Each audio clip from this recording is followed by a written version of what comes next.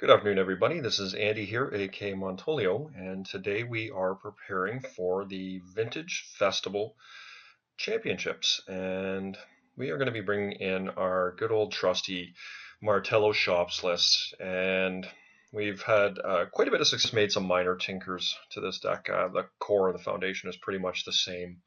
Um, One of the things I've been tinkering back and forth with in recent daily events is playing a main deck Staff of Nin, and I have just found that this card is just such a good utility card to have overall. Yes, it's a 6 casting cost uh, artifact that will deal a damage and draw you a card, but it's in late game, it can just, or at any point in the game, it can just pull you right ahead, and it does have the ability to kill one casting cost creatures. Some of the big ones we know of are Doc Confidant and Young Pyromancer, Unflipped Delver of Secrets, kill opposing Revokers. So I find it's just a very good card overall. And it's come at the expense of a Wormcoil Engine, which also was a very good card and was one of the most difficult cards for me not to have main deck. But we've also cut a Phyrexian Revoker. Although Phyrexian Revoker is almost always good, something had to give way, and that was at the expense of having to bring in a Crucible of Worlds. Crucible Worlds is a card that is very important just as a failsafe in this type of a deck, particularly in a field that we're going to be seeing today. And it just gives us the ability to do a strip wasteland lock against our opponents. It's very important to have it in the mirror match because it can give you an edge in game one for sure, in the sense that you can take your opponent's lands away, which is obviously very critical in a mirror match. And yeah, just an overall good card. And going back to the metagame that we're going to be playing against, there is significant prizes for people that are playing unpowered decks and are top finishers in this tournament. So we may be seeing some legacy specials coming in here, Delver of Secrets type decks, and that are or green, white, black hate decks that are running wastelands. We may see a little bit more than normal. And so I think that's a good reason to run the Chalice, the Crucible of Worlds over the extra Revoker and this type of deck. I've also gone back to the 2-2 split between Cavern of Souls and Mishra's Factories. This was a very difficult decision to make as well, because obviously Cavern of Souls is a very good card against any blue-based type of deck, and there will be a lot of them in this tournament.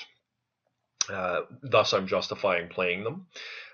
However, giving up on the Mishra Factory weakens me in two significant matches that I'm anticipating, and that is the Workshop Mirror. Obviously, the more Mishra's Factories you have, the better in that type of a situation, because you can you can attack through their Oath of Druids if they don't have the Forbidden Orchard, and obviously in the Workshop Mirror, it with a lot of wastelands going around, just being able to attack for 2 damage can be quite significant. And of course, giving up on the extra 2 also hurts me against Planeswalkers, in the sense that, a Jace the Mind Sculptor can bounce my only creature, and if I have a factory, I can swing back and kill it with all likelihood. But it's a give and take, and that's pretty much the only changes we've made to our deck here. In our sideboard, what we're looking at is we are expecting 3. We're really preparing for 3 significant matches here. The Oath of Druids match, which we've got the 4 Grafdigger's Cage. We've got 2 Caracas. I think this is a card that a lot of people find funny in my sideboard, but it's just so good against the current iterations of Oath of Druids, because they're only running Grizzlebrands, and they have a lot of difficulty answering a Caracas, usually only running 1 Strip Mine. And so being able to bounce their threat, whether they're drawing 7 cards or not, still gives us a really good edge against the deck.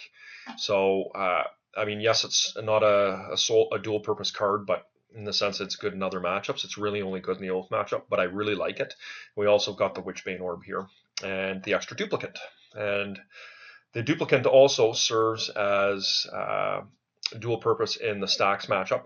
I like it quite a bit there. And we've also got the 2 Precursor Golems. Sorry, guys, here.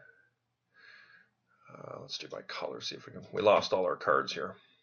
There we are. Duplicant, we've got 2 Precursor Golems in the Wormcoil Engine for the Stacks matchup, which should be pretty good. And the third match that we're preparing for, and are a little more underprepared than I like, is for Dredge. We've got a Tormad's Crypt, 2 Relics of Progenitist, and 4 Cages.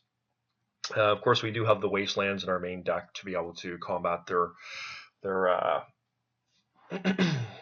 Bizarre Baghdad's. But that's pretty much what our thought purpose is with this. And we've also, got the extra Crucible Worlds for the Stacks matchup.